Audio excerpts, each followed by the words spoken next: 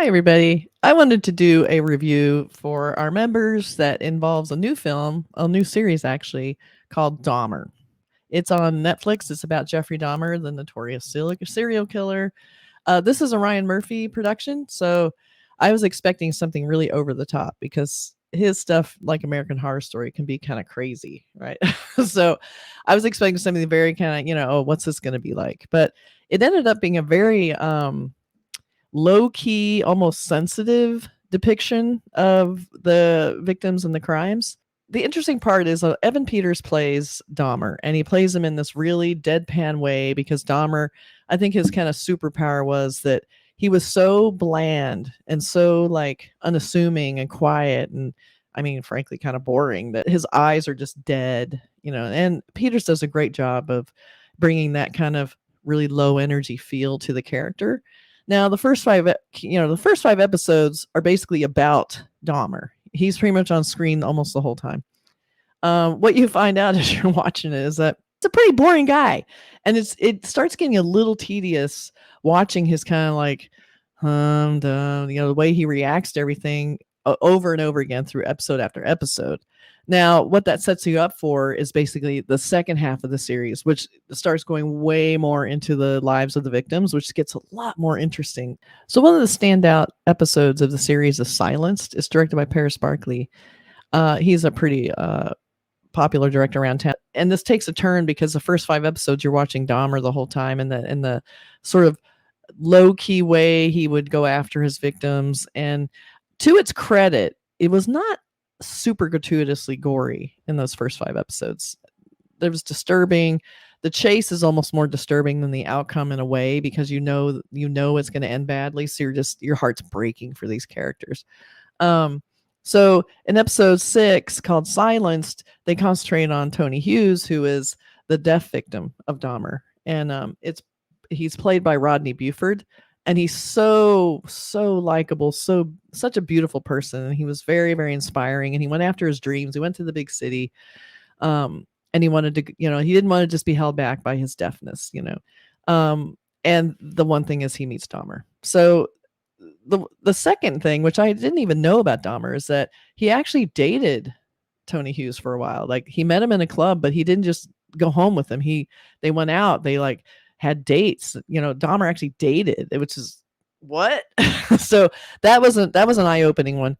And then basically Dahmer's whole MO was he didn't want people to leave. So when people would get up to leave, when he'd be with, he'd bring his victims home, they would probably have a nice time. And then they would get up to leave like any normal person. He would then just go completely ballistic and he would kill this person to keep them there, turn them into zombies. Everyone knows about the drilling in the brain and lobotomizing his victims and pouring acid in their brain so they would stay with him longer. And knowing that this happens to Tony makes it even worse to watch because you're getting to really know this character and really like the character. So once you start getting into that vein and you start exploring the racism and the homophobia in the police force at the time, you start seeing why Dahmer got away with it for so long, despite a million red flags about the smells in his apartments and the screaming from his apartment.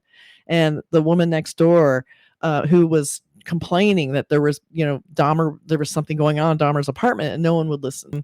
The cast is amazing. Evan Peters does a great job at portraying Dahmer, just that super bland deadness. They didn't try and glamorize him. They didn't try and make him cool. He's a really pathetic human being. And his victims get a voice in this. They go into the families and how, the families were affected by it and just the ripple effect of all of this pain and agony and disaster. Really so well done. It's long. It's 10 episodes. It probably didn't need to be. In fact, I almost would have liked to have seen episode 6 just be a movie about Dahmer and just keep Dahmer almost as the secondary aspect of it.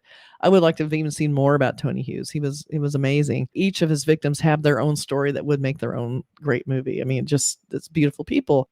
And when you see that and you see the white privilege that Dahmer had that kept him from any real punishment for anything he did, judges are always really easy on him. They're like, well, I don't want to ruin your life, so we're going to let you out on this with the warning. And you're just, what? It's insane. We have a poster here. Here's the poster.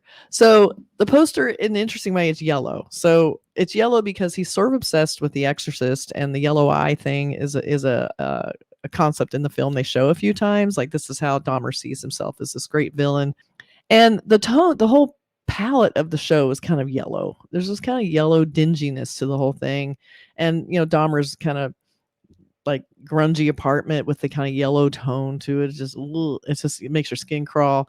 He has like a huge like barrel in his bedroom, and everybody walks in there is like, what's that? And he's all like, oh, it's nothing. And so as you'll see too, his eyes are yellow, but it almost looks like something else, like camera lens pieces. There's these lines, and I don't know exactly what those are, but I think the fact that he took pictures of all his victims, that he was very obsessed with, starting the whole evening with, let's take some pictures. And he would, take these erotic photos of his victims and then the aftermath. I think when you're trying to do a film about someone that's just as reprehensible as Dahmer, you have to really walk a fine line on showing his growing up to the person he becomes without really showing too much sympathy, because this is not the person that needs the sympathy. It really isn't. I mean, the person who needs sympathy are the victims. So I think they did a pretty good job of portraying that. Like I said, it's pretty long. They go a lot into his parents and and their problems and the marriage problems and everything else. But I think I would recommend it because you get a little bit of a different perspective, and they delve into the whole racism of the police force. And so the cast is really good in Dahmer. So I would definitely, it's worth seeing because they got a really A-list cast and A-list directors. We have Evan Peters plays Dahmer. Niecy Nash plays Glenda Cleveland, who is next door to Dahmer, lived next door to Dahmer. She was a woman trying to get the police to do something, and then they just wouldn't listen. Molly Ringwald, almost unrecognizable. She's in this as the new wife of Richard Jenkins, Lionel Dahmer's, Jeffrey Dahmer's father. And there's a lot of like parent guilt, but also like, this isn't my fault. It was very important to the father to think he didn't make this happen, because he was sort of teaching Dahmer how to do taxidermy, and that kind of ties in. So that's not good. And then the directors are great. We have, Paris Barkley, Jennifer Lynch, Greg Araki. He did an episode. So this is a really A-list production and definitely worth watching, but not cheery, not fun. They don't glamorize it. They do not make this a fun time, because it's not. This is real people, real death, real agony. But it does give you a little more insight into someone who's a killer and how they started, and the trajectory, and the white privilege of his trajectory. So that's fascinating to see. So I'd recommend it. Don't watch too many in a row. It's not fun. But yeah, there's my review of Dahmer. I will talk to you guys later. Bye.